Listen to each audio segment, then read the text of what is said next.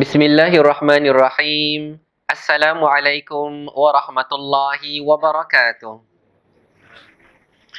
Innal hamdalillahi nahmaduhu wa nasta'inuhu wa nastaghfiruh wa nu'minu bihi wa natawakkalu alaihi wa na'udzu billahi min syururi anfusina wa min sayyiati a'malina.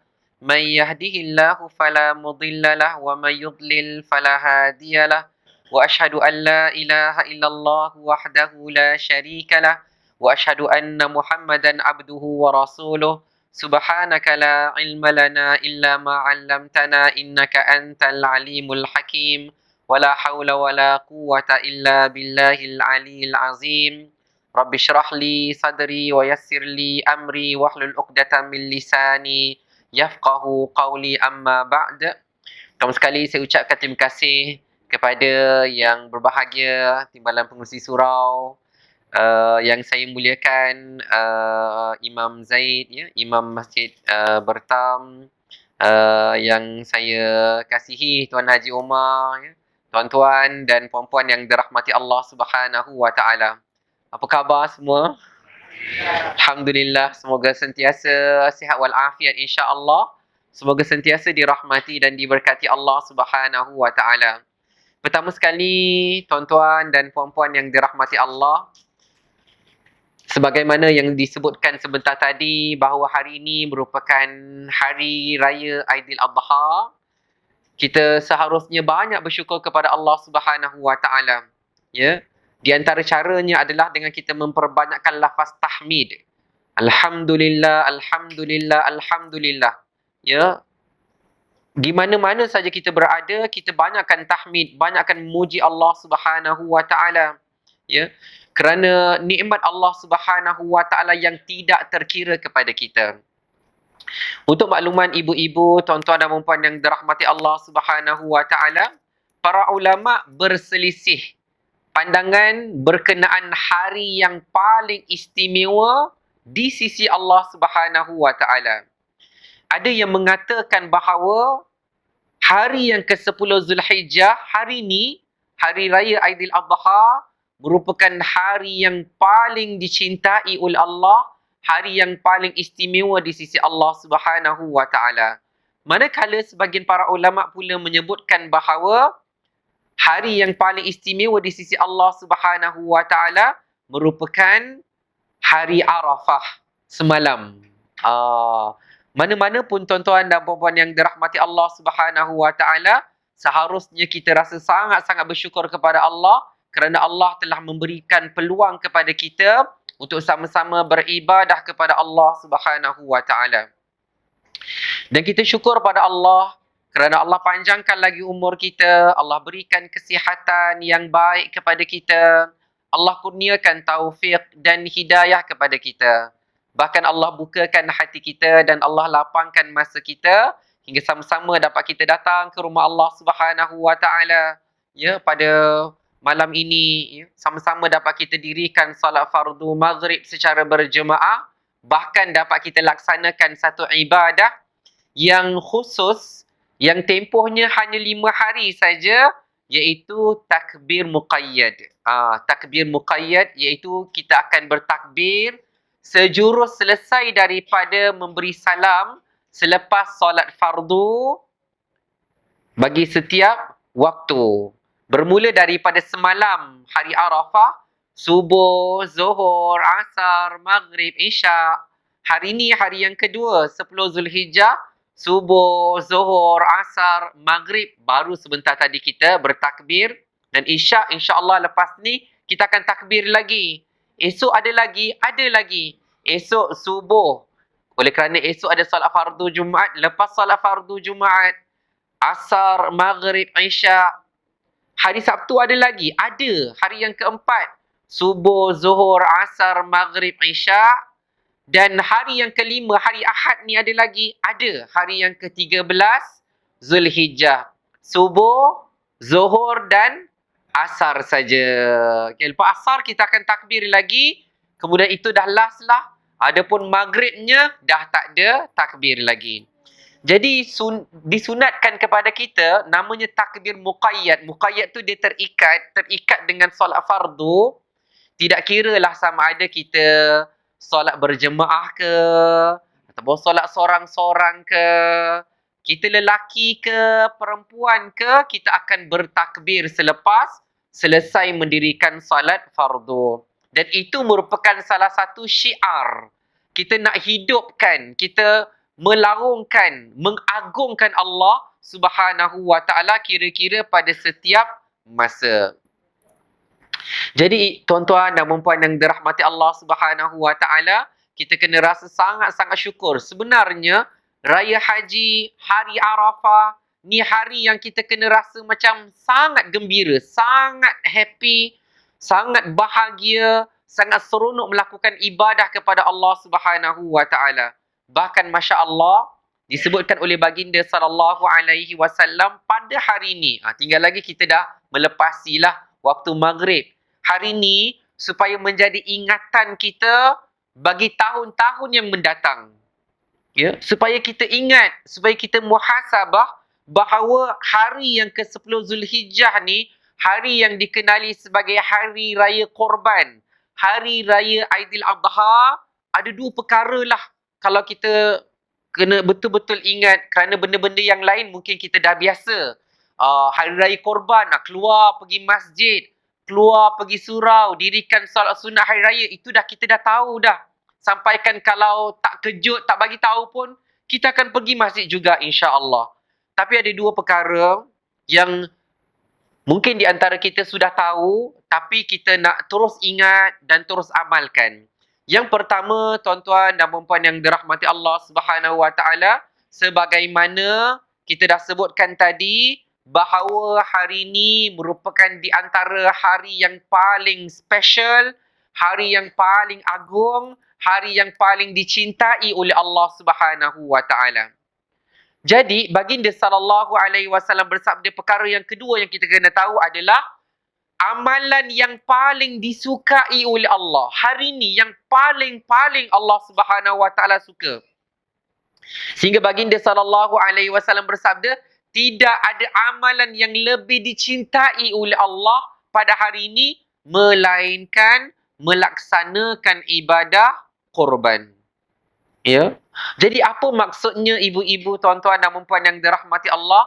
Maksudnya adalah kita kena tahu bila hari ini dah berlalu, insya-Allah Allah panjangkan lagi umur kita.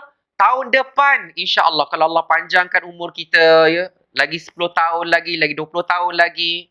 Mungkin ada di antara kita yang muda-muda lagi 30 tahun lagi, agar setiap kali datangnya bulan Zulhijjah akan datangnya hari yang paling dicintai oleh Allah. Jadi saya tidak boleh terlepas, tak boleh terlepas daripada melaksanakan ibadah yang paling dicintai oleh Allah Subhanahu wa taala, iaitu ibadah korban. Sangat-sangat disukai oleh Allah. Jadi kenapa saya nak bagi tahu hari ini sangat dicintai oleh Allah, ibadah korban sangat disukai oleh Allah? Kerana tuan-tuan dan puan-puan yang dirahmati Allah, hidupnya kita dekat atas muka bumi Allah ni, bernyawanya kita di alam dunia ni, bukan soal apa yang kita suka. Bukan soal apa yang kita suka. Tapi soalnya adalah apa yang Allah suka. Apa yang Allah suka, itu yang kita buat. Ya, kerana kalau Allah Subhanahu wa taala dia suka dengan amalan yang kita lakukan, maka Allah redha pada kita, Allah merahmati kita, itulah yang kita mahukan. Kerana apa tuan-tuan dan puan yang dirahmati Allah? Kata sabda baginda sallallahu alaihi wasallam, bahawa kita bukan masuk ke dalam syurga Allah disebabkan amalan kita, tapi disebabkan rahmat Allah kepada kita. Jadi bila mana kita hidup di dunia ini, peranan kita adalah untuk mencari redha Allah, mencari rahmat Allah Subhanahu wa taala. Jadi kita lakukan. Kita dah tahu Allah Subhanahu wa taala suka, jadi kita lakukan. Contoh, kalaulah sebelum-sebelum ini, bukan semua orang, tapi ada sesetengah orang menganggap bahawa melaksanakan ibadah korban ni sekali-sekala. Saya ceritakanlah tuan-tuan dan puan yang dirahmati Allah, dulu-dulu. Ni cerita dulu-dulu.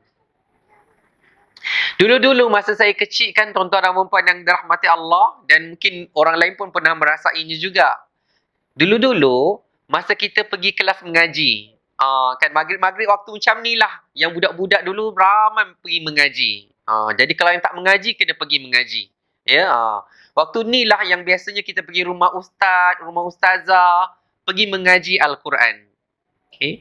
Kemudian sampai satu masa kita dah khatam Al-Quran. Biasanya dia buat majlis khatam Al-Quran, bahkan sesetengah tempat buat besar-besaran. Kalau dekat Johor, kan, diorang akan buat majlis khatam Al-Quran tu dengan majlis kahwin sekali. Jadi yang khatam Quran ni dia akan duduk dekat pelamin. Dia tak duduklah atas kerusi pengantin tu. Tapi dia akan duduk tu dekat depan pelamin tu. Khatam Al-Quran tu depan pelamin. Ya, jadi Masya Allah, majlis besar-besaran. Kemudian bila dah selesai majlis, yang dah khatam Al-Quran ni, kebanyakan, bukan semua, kebanyakannya dah tak payah pergi ngaji lagi, dah khatam. Tak payah pergi ngaji. Sampaikan kalaulah kita ni ustaz kan, kita nampaklah mak ayah ni hantar ustaz, ni saya hantar anak saya seorang lagi. Baru darjah 1 nak baca Al-Quran, nak mengaji Al-Quran. Kita ni pun nampaklah anak dia yang darjah 4, darjah 5 ni. Kan? Lalu kita kata yang abang ni tak nak ngaji sekali. Oh, anak yang ni dah khatam dah ustaz. Oh, jadi kita pun kata, oh dah khatam. Jadi seolah-olah, oh bila dah khatam maksudnya tak payah ngaji ke? Jadi dulu-dulu dah kira macam tu. Dulu dah khatam, Alhamdulillah. Dia jam abang senior lah. Kalau kita nampak maghrib-maghrib ni abang tu tak ngaji, dia dah khatam lah tu. Jadi sebenarnya dah tak betul lah tu. Dulu-dulu mungkin macam tu. Mungkin kelas benda penuh, yang abang-abang dah khatam dah tak payah ngaji. Biar adik-adik kecil-kecil yang ngaji. Mungkin macam tu lah. Tapi tuan-tuan bang dirahmati Allah, akhirnya kita belajar sebenarnya bukan bila dah khatam tak payah ngaji lagi. Kena ngaji lagi. Jadi macam tu lah. Jadi kadang-kadang dulu-dulu bila kita tanya orang kan, tahun ni buat korban dekat mana? Oh, dia kata tahun ni tak buat korban. Kenapa? Tahun lepas dah buat. Jadi tuan-tuan dan puan yang dirahmati Allah, jadi ada sesetengah orang yang menyangka bahawa ibadah korban tu dia macam sekali-sekala. Ada lebih-lebih sikit, kita buatlah korban. Kalau ada lebih tak banyak sangat, tak buat korban. Bukan macam tu tuan-tuan dan puan yang dirahmati Allah. Okey. Nombor 1, kita kena tahu bahawa ibadah korban dalam mazhab kita hukumnya sunat muakkad. Apa maksud sunat muakkad? Sunat yang dituntut.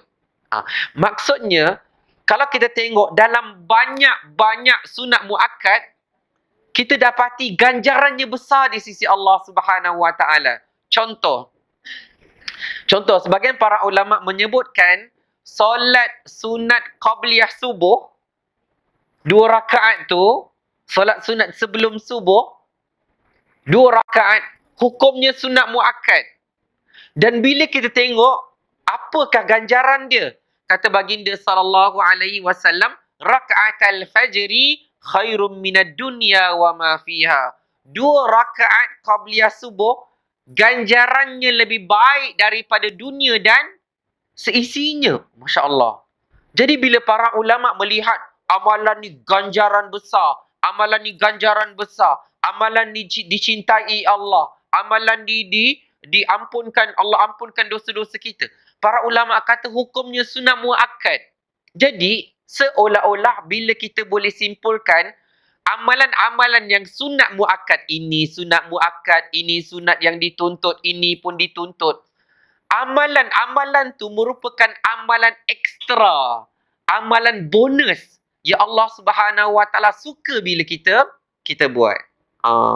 Jadi tuan-tuan dan puan-puan yang dirahmati Allah Subhanahu Wa Taala, jadi itu yang perkara yang kita kena tahu.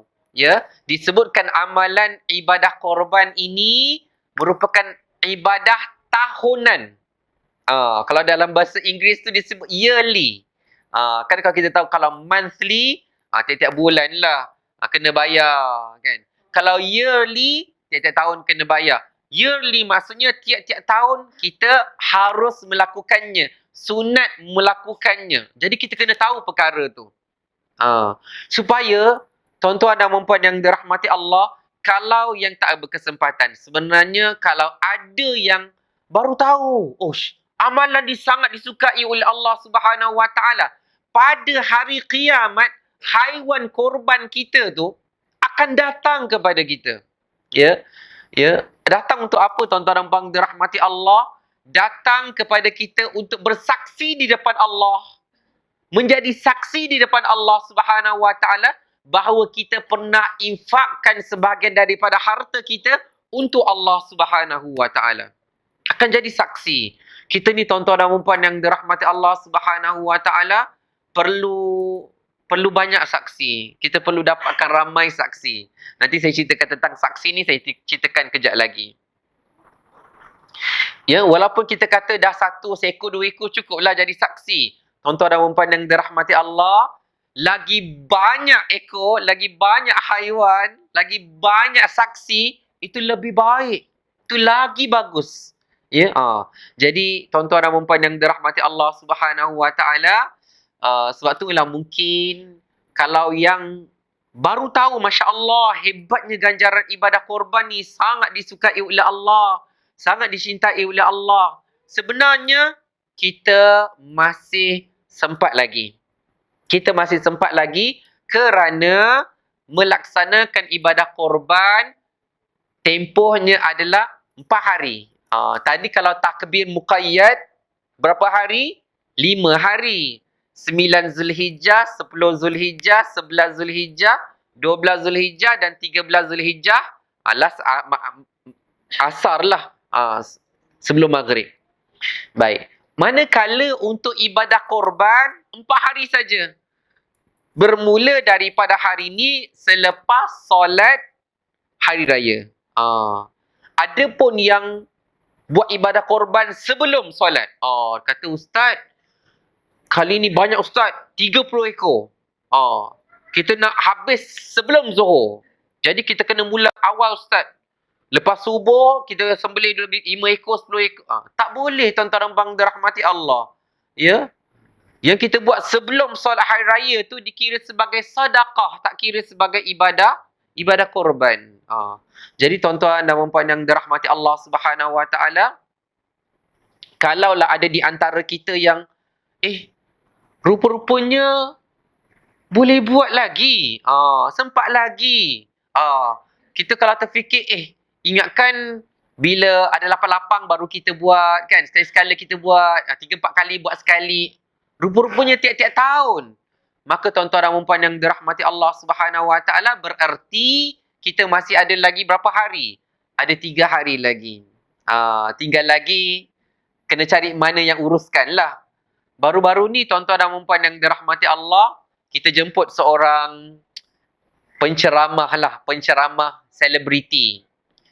Dia tu dikenali sebagai Piyu Yuk. Piyu pencetus ummah Yuk. Dia datang ke Masjid Al-Azim.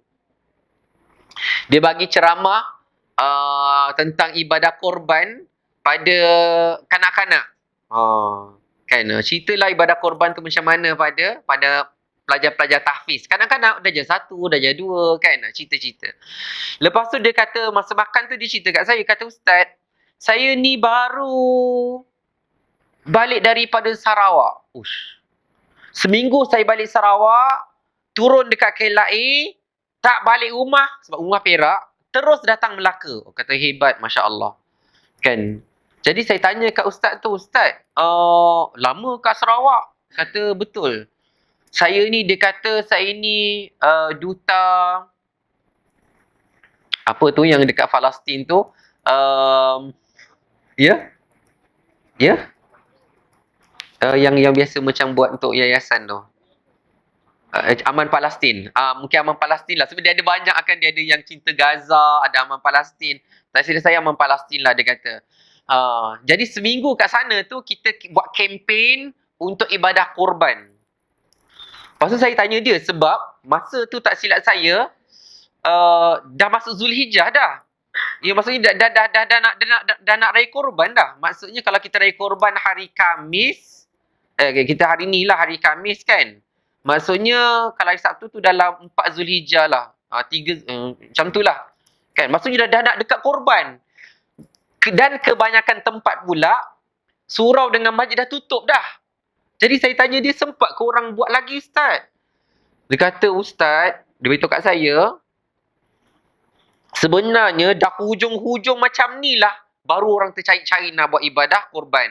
Dan kami, dia kata, kami tutup ibadah korban hari ke-11 Zulhijjah. Maksudnya esok. Maksudnya kalau siapa yang kata, malam ni aku nak buat, sempat lagi. Esok pun sempat lagi nak buat. Kerana apa? Kerana tuan-tuan dan puan dirahmati Allah, tempohnya ada 4 hari. Macam saya pun, kalau di pusat Islam, Universiti Islam Malaysia, kita tak buat hari ni lah. Dan tak buat esok, tapi kita buat pada hari Sabtu. Sabtu tu baru sembelih haiwan korban tu. Jadi kena tahulah tuan-tuan dan puan yang dirahmati Allah. Dan kalau hari Ahad kita dengar kan, hari Ahad tu kita dah rasa macam dah lama dah hari raya korban berlalu kan. Dah hari keempat lah. Kalau hari ni Khamis hari pertama raya korban, esok hari kedua, Sabtu hari ketiga, kemudian hari Ahad hari keempat, tiba-tiba kita dengar masjid, ada masjid baru nak buat korban hari ni. Tak sah ke tak sah ni? Kita mungkin tertanya-tanya. Sah lagi tuan-tuan dan puan yang dirahmati Allah, kerana dia sampai hari yang keempat daripada hari raya Aidil Adha. Jadi tuan-tuan dan puan yang dirahmati Allah, maksudnya kalaulah ada yang kata lah, saya ingatkan kalau kita ni duit terlebih-lebih, dapat bonus-bonus ke kan, baru kita buat ibadah korban. Tak, tuan-tuan dan puan yang dirahmati Allah Subhanahu wa taala. Sebenarnya kalau kita tengok di dalam kitab-kitab fiqh menyebutkan kalau kita ada lebihan untuk hari-hari ni, hari raya korban ada makan, minum cukup, hari-hari tasyrik 11, 12, 13 Zulhijjah ada makan, minum kita cukup, simpanan kita ada, dan cukup untuk satu bahagian korban, buat. Buat tuan-tuan dan puan yang dirahmati Allah Subhanahu wa taala. Buat, ya.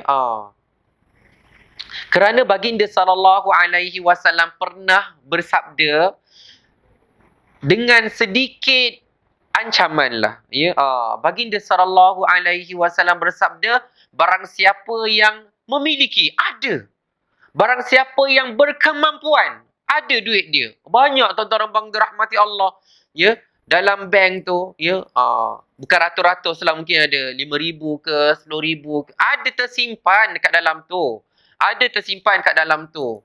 Ya. Kemudian tuan-tuan dan puan yang dirahmati Allah Subhanahu wa taala, baginda bersabda, dia ada kemampuan, dia boleh melaksanakan ibadah korban, tapi dia tak nak. Maka kata baginda sallallahu alaihi wasallam, maka janganlah dia menghampiri tempat solat kita. Macam tuan-tuan dan puan dirahmati Allah Subhanahu wa taala, kita ni bukan nak jauh daripada Rasulullah, kita ni nak dekat dengan Rasulullah sallallahu alaihi wasallam. Maka dengan hadis yang seperti itu memberi galakan kepada kita. Baik. Jadi tuan-tuan dan puan yang dirahmati Allah Subhanahu wa taala, bagi sesetengah orang dia tak mudah. Sebab tu nama dia korban.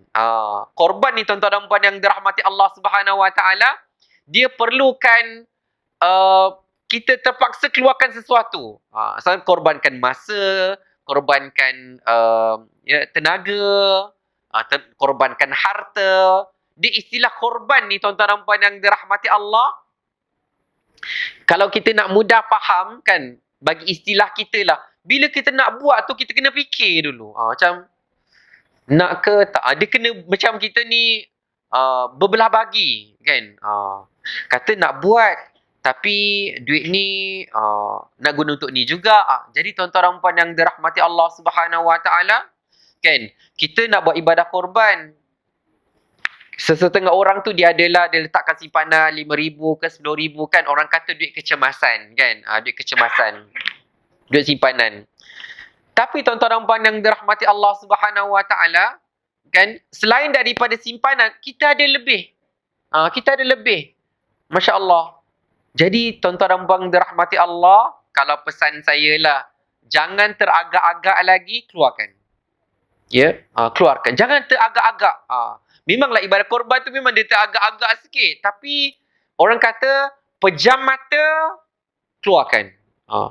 Kerana tuan-tuan dan puan dirahmati Allah Subhanahu Wa Taala, ada sesetengah ibadah memang dia tak boleh tunggu-tunggu. Dia tak boleh. Kalau kita tunggu je, dia ada benda lain datang. Contoh tuan-tuan dan puan dirahmati Allah Subhanahu Wa Taala, kita dah rancang, kita kata insya-Allah kita kumpul duit sikit-sikit kan. Kemudian kita nak pergi umrah insya-Allah, kumpullah duit sikit-sikit kan. Tahun depan nak pergi umrah, kumpul duit sikit-sikit. Bila kita mula kumpul tu, hati tu kena betul-betul kuat. Betul-betul nak. Apa jadi sekalipun nak pergi juga macam tu.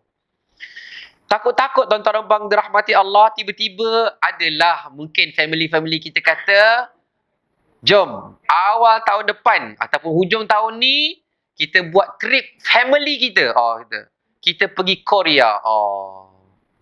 Jadi tuan-tuan dan kita dah mula dah. Ni nak free family dengan family ni best juga ni kan. Kalau ada duit nanti, kalau pergi Korea satu kita-kita je tak best, ramai-ramai seronok sikit. Waktu ni macam ni lah tuan-tuan dan puan, korban tu datang tu. Dia kata tak apalah, korang pergi. Duit memang ada, tapi duit ni memang untuk umrah. Macam tu tuan-tuan dan puan yang dirahmati Allah. Dia kalau kita kata tak apalah, kali ni pergi Korea, nanti kita kumpul duit. Yang kumpul tu tak tahu lagi, dia tahun depan pergi ke Jepun pula. Dia memang akan datang tu. Nanti Istanbul pula. Dekat rugi. Jadi tuan-tuan dan puan dirahmati Allah, macam tu lah. Kalau kita ni tak tolak ke tepi kan, tu ibarat tu orang kata tutup mata, pejam mata tu, dia memang kena pejam mata, letak tepi tu, jangan pandang-pandang lagi. Kalau tak, itulah kita dah ada dah duit ni, tapi tiba-tiba telefon ni macam kan dah crack lah, apalah, terpandang-pandang duit ni, terpandang-pandang. Okey juga kalau pakai duit ni, tak apa, korban kan tiap-tiap tahun boleh buat, tak buat tahun ni, tahun depan boleh buat kan. Itu masalahnya. Kalau kita dah rasa bila kita dah pandang duit tu balik, tu mungkin yang membuatkan kita tak jadi. Jadi tuan-tuan dan puan yang dirahmati Allah Subhanahu Wa Taala, bila kita letakkan Allah suka, Allah cinta, Allah redha, Allah rahmati, itu kita letak, itu yang kita akan pejam mata tu. Kita biarkan. Masya-Allah. Jadi tuan-tuan dan puan yang dirahmati Allah Subhanahu Wa Taala, maka kena korbankan sikit. Memang dia tak senang ya. Sampaikan tuan-tuan dan puan dirahmati Allah, ada satu surau saya ngajar ya. Satu surau tu dekat kalau orang Negeri Sembilan panggil kampung Longgeng lah. Lenggeng macam itulah. Jadi tuan-tuan dan puan yang dirahmati Allah, saya ngajar surau tu, memang surau tu memang surau papan lagi. Surau papan kan. Tapi walaupun dia surau papan kan, kampung-kampung, memang kampung tuan-tuan dan puan dirahmati Allah, memang saya sampai tu memang gelap gelita. Gelap, memang kampung, dalam kampung tu. Jadi dekat ni lah kenapa saya tengok kaca ni, sebab dia pun ada sliding door. Kat sliding door tu macam ni kan, ni macam ibadah korban, diorang dah selesai ibadah korban ni.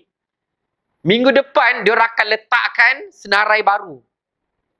Sebulan RM50, RM50, macam tu. Setahun kumpul tuan-tuan dan puan dirahmati Allah.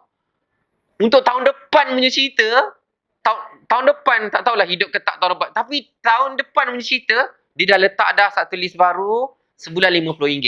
Memanglah kalau sebulan RM50, setahun tu akan jadi 600 saja kan. Nanti dah hujung-hujung tu top up lah sikit. Ada yang 780, ada yang 800, ada 850, ada yang 900, tu hujung-hujung. Tapi kena start kan. Dia sebab tuan-tuan dan puan dirahmati Allah, dia bukan senang. Saya bagikan contoh lain ya. Ada sesetengah ibadah tu memang kita kena paksa, kena mula awal baru dia jadi. Perasan tak tuan-tuan dan puan dirahmati Allah? Kalau dulu masa saya mula-mula kerja, masa saya kerja kat Melaka dulu, saya mengajar dekat Kolej Islam Melaka lah. Kolej masa tu nama dia Kuim. Nama dia Kuim ke masa tu? Masa tu Kolej Islam Melaka lah. Sekarang dah jadi Unimel kan, Universiti Melaka kan. Masa kita orang kerja, masa mula-mula kerja dulu, habis belajar kerja, Kan, kita akan tengok kat slip tu dia macam automatik dia akan tolak kita punya zakat pendapatan. Dia automatik, dia macam kita tak apply pun, dia akan tolak siap-siap. Jadi tuan-tuan dan puan dirahmati Allah Subhanahu Wa Taala, zakat pendapatan ni dia akan tolak 2.5%. 2.5%. Jadi kalaulah gaji seseorang tu dia 1,000, dia tolak RM25. Kalau gaji dia RM2,000, tolak RM50. Kalau gaji dia RM3,000, tolak RM75. Kalau gaji dia RM4,000, tolak RM100. Begitulah seterusnya, setiap 1,000 tu RM25. Ada kira-kiraan dia lah. Okay. Jadi kalau gaji dia, contohlah kan, RM4,000. RM4,000, jadi tiap-tiap bulan tolak RM100. Setahun sebenarnya bermaksud kita bayar zakat pendapatan RM1,200. Sebab setiap RM1,200 tu tuan-tuan bang dirahmati Allah, kalau dah sampai Disember, kan, kalau kita kumpul kan, kita kata tak apa, tak payah tolak, nanti hujung tahun Disember tu saya akan bayar. Kan? Sampai Disember 1,200 kan, kita nak bayar ni. Dah cukup haul, dah cukup dah setahun kita dah dapat dah pendapatan ni. Kita nak kena bayar, contohlah kan, ni contoh sajalah kan. Pusat Zakat Melaka kata, okey tuan, sudah sampai masanya bayar zakat kan. Daripada Januari sampai Disember, jumlahnya 1,200. Tahu tak apa yang biasa terjadi bulan Disember ni? Bulan Disember ni dia bulan apa? Bulan cuti sekolah, bulan baju sekolah, bulan yuran sekolah, macam-macam. Ya? Silap-silap bulan tukar tayar kereta, itu tak apa lagi. Bulan road tax pula tak. Jawabnya, Ustaz, bukan saya tak nak bayar zakat, Ustaz. Bukan, macam-macam saya kena bayar, Ustaz. Memanglah. Sebab dah nak biarkan dia selonggok lah. Kita dah simpan 100, cukup lah 1,200 dah ni. Memang ada, bukan tak ada. Tapi bila dah SMS, okay, senarai buku-buku sekolah, Allah. Kan? Senarai yuran-yuran sekolah, Allah, kita dah terpandang dah 1,200 tu kan. Mana lagi nak cari, nak cekau, yang tu juga kita pandang. Lala, zakat ni wajib kan tuan-tuan bang dirahmati Allah. Lala, yang zakat pun korban juga. Bukan korban kita bayar, korban kepada benda lain. Sebab tu, memang bila kita nak buat sesuatu ibadah kepada Allah tu, dia memang kena sistematik. Dia kena ada unsur-unsur paksa-paksa sikit. Bukan orang lain paksa kita. Tak adalah surau paksa. Tuan Haji, tahun lepas tak korban, tahun ni mesti kena korban. Bukan bahasa macam tu. Kita ni paksa diri kita. Kena buat korban, macam tu. Ya, dia memang ada sikit-sikit unsur macam susah sikit. Itu baru namanya korban. Okey, baik. Itu baru korban satu level lah, tuan-tuan dan puan yang dirahmati Allah. Korban ni dia banyak-banyak level. Jadi, kalaulah saya ceritakan tuan-tuan dan puan dirahmati Allah, mula-mula kita rasa macam dah dengar ceramah sini, ceramah sana. Bayangkanlah tuan-tuan dan puan yang dirahmati Allah, Melaka memang dahsyat. Ya, Melaka memang dahsyat. Sebab apa? 2 minggu sebelum masuk bulan Zulhijjah, 2 kali khutbah tentang Zulhijjah. Lepas tu dah masuk Zulhijjah, 2 kali cerita tentang korban. Memang dahsyat lah. Memang betul-betul suruh kita faham tentang bulan Zulhijjah ni apa. Maksudnya setiap kali khutbah dia cerita tentang buat korban, Allah suka, Rasulullah buat ibadah korban, macam tu. Jadi tuan-tuan dan puan yang dirahmati Allah Subhanahu Wa Taala. Okay. Jadi bila kita cerita tentang buat ibadah korban ni, kan, kita memang kena ada sikit unsur-unsur paksaan tu, kena usaha. Kena usaha, kan. Jadi bila mana kita tahu perkara tu, kita kena rancang, kan. Jadi tuan-tuan dan puan yang dirahmati Allah Subhanahu Wa Taala, bila kita bicara tentang ibadah korban, ya, dan kita betul-betul baru nak start. Tapi ini cerita bukan sekarang lah, ya. Mungkin kita cerita yang bulan lepas lah. Kita kata, Ustaz, kat surau ada buat ibadah korban ke? Ada. Oh, kita ni dah mula semangat-semangat sikit nak buat ni. Kita dah dengar sini, dengar sana kan. Kita kata, berapa satu bahagian? Kata satu bahagian 900. Allah, Ustaz. Tak jadi saya. Saya ingatkan 300-400 je. Sebab dalam iklan sini 300, 300 setengah, 400 je kan. Kita mula terdengar. Memang beza tuan-tuan abang dirahmati Allah. Memang beza. Memang beza. Jadi janganlah gara-gara kita ni terperanjat. Sebab ada orang kata, kenapa mahal sangat ustaz? Biasa tempat lain 300, 400 je. Tuan-tuan abang dirahmati Allah, kita pun ceritalah lembu yang kita ambil berat mana, besar mana kan. Dulu-dulu je yang dapat 600, 600 setengah. Sekarang dah 900. Bahkan ada setengah majlis surau dah sampai 1000. Jadi dia memang kena ada elemen-elemen. Kita pula contoh tuan-tuan abang dirahmati Allah, istiqamah. 800, ini tahun 2010, 800, 2011, 800, 2011. Kita dah biasa 800, 800. Tiba-tiba tahun ni ustaz kata 1000. Kita pun Allah. Macam nak terduduk pula dengan harga dia mahal kan. Macam, tahun ni nak buat ke tak? Nak buat ke tak? Kan? Sebab ada peningkatan. Tuan-tuan abang dirahmati Allah, itulah yang rasa nak buat korban tu memang kena ada rasa-rasa macam tu. Rasa macam, nak buat ke, nak teruskan ke, tahun ni nak tangguh dulu. Dia memang akan ada rasa macam tu.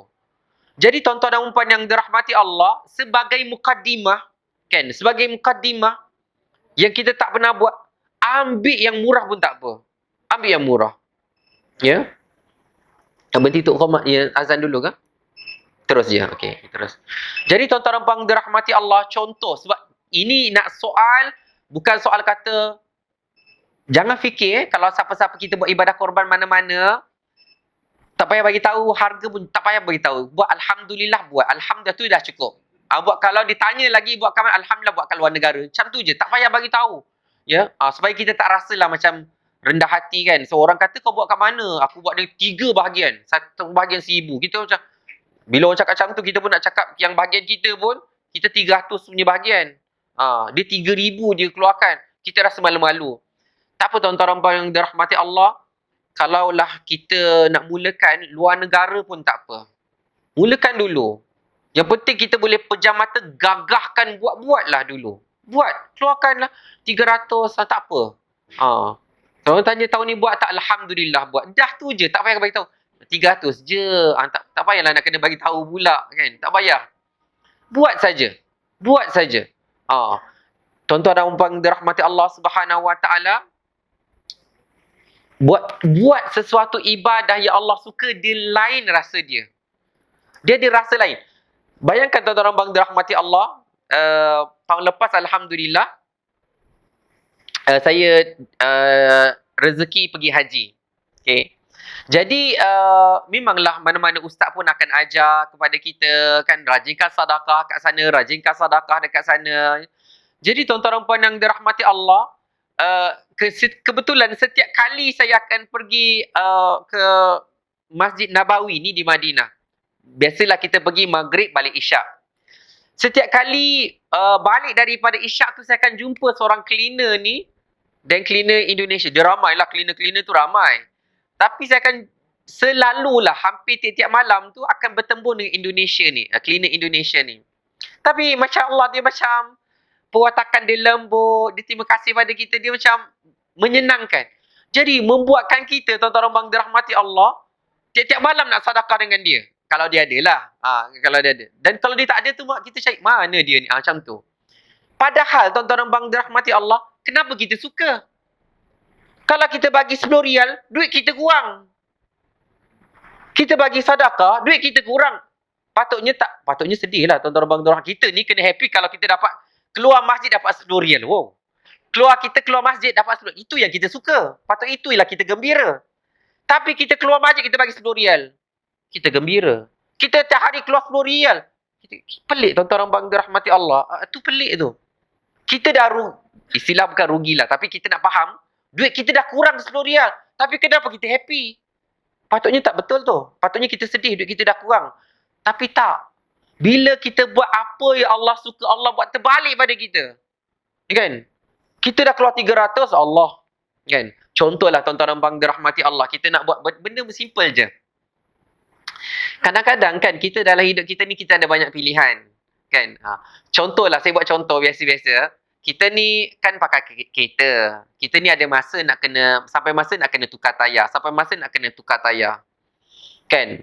Tuan-tuan dan puan yang dirahmati Allah, bila kita pergi kat kedai tu, toki kedai kat kita, toki kedai kata nak tayar apa. Kalau Michelin 400, kalau Goodyear 300. Kan? Beza 100 je tu. Tapi sebab kita nak keluar 4 biji, bila kita kata beza 400. Kan? Tuan-tuan dan puan dirahmati Allah.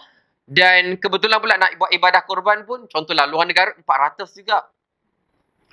Jadi kadang-kadang kita ni ada pilihan, tuan-tuan dan puan dirahmati Allah. Kan? Tak apalah, mungkin 400 ni tak apa, untuk korban, kita ambil lah yang Goodyear pun tak apalah. Pun okey juga. Tapi kadang-kadang tuan-tuan dan puan dirahmati Allah, kita pilih tak apalah, korban tahun depan kita tukar Michelin. Jadi tuan-tuan dan puan dirahmati Allah, kadang-kadang kita tak nak ada pilihan tu untuk Allah Subhanahu Wa Taala. Sedangkan masya-Allah, kadang-kadang kalau kita tak apa, tolak tepi tak apa. Sebab ni lah 400 yang ada untuk buat ibadah korban. Walaupun insya-Allah antara cara Allah bagi Goodyear, walaupun dia lagi murah, tapi alhamdulillah tak pernah bocor, tak pernah kena paku, tak pernah ni elok. 2 tahun, 3 tahun pakai, alhamdulillah.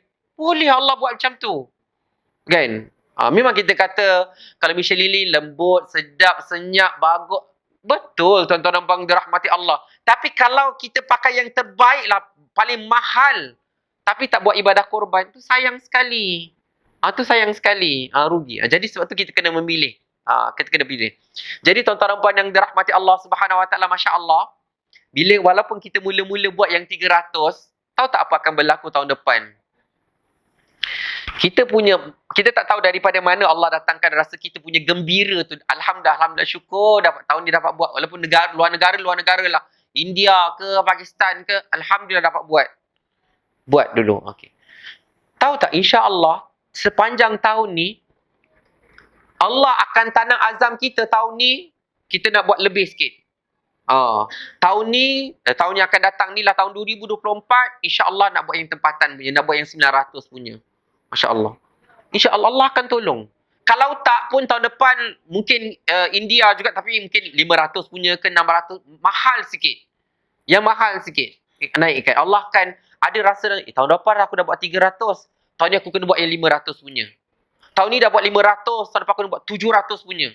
Tahun ni aku dah buat 700, tahun depan aku buat yang 1000 punya. Macam tu. Masya-Allah. Dan tu yang saya nak cerita. Kalau kita makin meningkat, tahun makin meningkat, patut kita rasa macam ni makin sikit duit aku. Tak, tuan-tuan dan puan dirahmati Allah, makin murah rezeki kita. Makin murah rezeki kita. Sampaikan tuan-tuan dan puan yang dirahmati Allah, ada orang mula-mula dia dah buat ibadah korban, dia kata okey, alhamdulillah tahun ni dapat buat kan untuk diri sendiri satu bahagian 800. Tahun depan dia nak buat untuk diri dia dan untuk orang lain pula. Masya-Allah. Biasa tak tuan-tuan dan puan yang dirahmati Allah, kalau tak pernah rasa tapi pernah dengar? Pernah dengar? Ada orang kaya. Ada orang kaya. Kan? Tiap-tiap tahun umrah. Masya-Allah. Tiap-tiap tahun dia umrah. Tapi satu tahun tu dia tak buat umrah. Dia bagi orang lain buat umrah. Dia hantar orang pergi umrah. Kan tuan-tuan dan puan yang dirahmati Allah Subhanahu Wa Taala, sebab apa? Sebab Allah bagi lebih pada dia. Kita kata, kadang-kadang kita fikir, buat apalah, kalau aku jadi dia, aku yang pergi umrah. Tak payah aku sponsor orang lain pergi umrah. Sebab kita kena faham, tuan-tuan dan puan dirahmati Allah. Biasanya kalau kita ni cukup-cukup, memang kita pergi untuk diri kita. Tapi kalau kita lebih, kita bagi orang lain pergi umrah. Macam tu. Biasanya macam tu. Sebab tu tuan-tuan dan puan yang dirahmati Allah Subhanahu Wa Taala, memang kita akan mulakan sikit. Tapi insya-Allah Allah Subhanahu Wa Taala akan tunjukkan perubahan. Kalaulah tuan-tuan dan puan dirahmati Allah, ni cerita 5 tahun akan datang. Kalaulah tahun ini kita buat ibadah korban yang 300 dan 5 tahun akan datang kita buat ibadah korban yang 1000, tahu tak apa sifirnya? Apa maksudnya? Maksudnya Allah semakin murahkan rezeki kita. Allah semakin luaskan rezeki kita. Ya? Jadi tuan-tuan dan puan yang dirahmati Allah Subhanahu Wa Taala, itu baru balasan dekat dunia. Ya, kerana apa tuan-tuan dan puan dirahmati Allah? Sabda baginda sallallahu alaihi wasallam, bila mana seseorang itu yang beriman kepada Allah dibuat kebaikan dekat dunia ni, maka orang yang beriman akan dapat balasannya di dunia dan di akhirat nanti. Beruntung kita. Ya, jadi tuan-tuan dan puan yang dirahmati Allah Subhanahu Wa Taala, sebab tu kadang-kadang kita kena korban. Ya. Kemudian panjang lagi cerita dia. Ya, kadang-kadang bila tuan-tuan dan puan dirahmati Allah kita dah buat 800 kan, telefon ustaz. Ustaz-ustaz yang ada buat ibadah korban lah. Ustaz, kambing ada. Kambing ada. Kambing 1,000. Oh, Masya Allah. Ya, kita tak okey baik Ustaz 1,000. Alhamdulillah. Kemudian cuma kadang-kadang kita ni saja yang tak tertanya. Kita ni saja yang kadang-kadang tak tertanya dan ustaz pula kadang-kadang tak bagi tahu. Bila tanya, "Ustaz, ada tak kambing buat korban?" "Ada." "Berapa ustaz?" 1,000. Biasanya dia akan terputus kat situlah. "Okey ustaz, saya buat." Macam tu je. Tapi kalau kita tanya, ustaz-ustaz yang ada ladang-ladang lembu kerbau, lembu kambing ni, kita tanya, "Ustaz, ada tak yang besar sikit? Ada tak yang mahal?" Ada. Nak yang berapa? 1,250 ada. Yang 1,500 ada. Baru-baru ni tuan-tuan dan puan dirahmati Allah, ada seorang ustaz lah, ustaz terkenal juga. Nama dia tu Ustaz Maulana Muhammad James, sahabat saya. Dia letak dekat status dia kan, Masya Allah kambing tu punyalah besar, ke 70 kilo tak silap saya. Lepas tu saya WhatsApp ke ustaz, ustaz besarnya ustaz. Berapa? 2,700. Kambing. Tapi tuan-tuan dan puan dirahmati Allah, maksudnya nak buat ke tak? Nak buat tak yang tu? Mungkinlah kita kata macam, Allah, ingatkan 1,500 ustaz. Kalau 1,500 jadi saya buat. Tapi 2,700, mikir dulu ustaz. Jadi tuan-tuan dan puan dirahmati Allah Subhanahu Wa Taala, ada banyak pilihan. Saya nak cerita, dulu-dululah, ini cerita sebelum PKP. Sebelum PKP masa tu surah-surah masjid biasa collect 700 atau 600 setengah. Jadi maksudnya kalau seekor lembu tu dalam 4,000 lebih lah macam tu. Saya pergi dekat tempat ladang tu, ada seorang ustaz dekat Melaka ni, ada seorang ustaz tu dia ada dia punya kandang lembu dia tu kan. Lepas tu dia beritahu, Ustaz nampak tak yang lembu yang besar tu? Itu kawan ustaz buat. Itu kawan ustaz yang punya. Kawan saya lah dia kata, itu kawan ustaz yang punya. Lepas tu memang besar, Masya Allah. Besar. Lepas tu dia kata kat saya, cuba ustaz teka berapa harga dia. Kata besar, 10,000 kot 11,000. Dia kata kat saya, yang kawan ustaz ambil tu harga dia 14,000. Masya Allah, tuan-tuan dan puan dirahmati Allah. Maksudnya satu bahagian tu 2,000. Masya Allah, maksudnya banyak. Kalau kita ni nak upgrade lagi, Masya Allah, Allah akan bukakan rezeki kita. Jadi tinggal lagi, langkah pertama tu kena buat dulu. Langkah pertama tu kita kena start dulu. Barulah kita dapat teruskan insya-Allah. Jadi tuan-tuan dan puan yang dirahmati Allah Subhanahu Wa Taala, mudah-mudahan ya yang melaksanakan ibadah korban ikhlas kerana Allah Subhanahu Wa Taala. Niat kita nak kongsikan sebahagian rezeki Allah bagi pada kita, nak bagi pada fakir miskin rasa, kawan-kawan rasa, orang tamar rasa, macam niat ikhlas kerana Allah Subhanahu Wa Taala. Bukan kerana kita kalau dapat besar kambing besar, ustaz dapat mana kambing besar ni ustaz? Tak pernah orang lain, ustaz seorang je buat kambing besar macam ni. Kita pun macam bangga ke riak ke, jangan. Lembu kita dalam banyak-banyak, lembu kita paling besar. Kita pun tunjuklah, inilah lembu saya. Jangan tuan-tuan dan puan dirahmati Allah, buat tu hanya kerana Allah Subhanahu Wa Taala. Sebab bila kita ikhlas, kata baginda sallallahu alaihi wasallam, bila disembelih ibadah haiwan korban tu, betapa cepatnya Allah terimanya sebelum titisan darah tu sampai ke tanah. Allah dah terima, Masya Allah. Ya, Allah terima amalan kita sampai kepada Allah Subhanahu Wa Taala. Ya.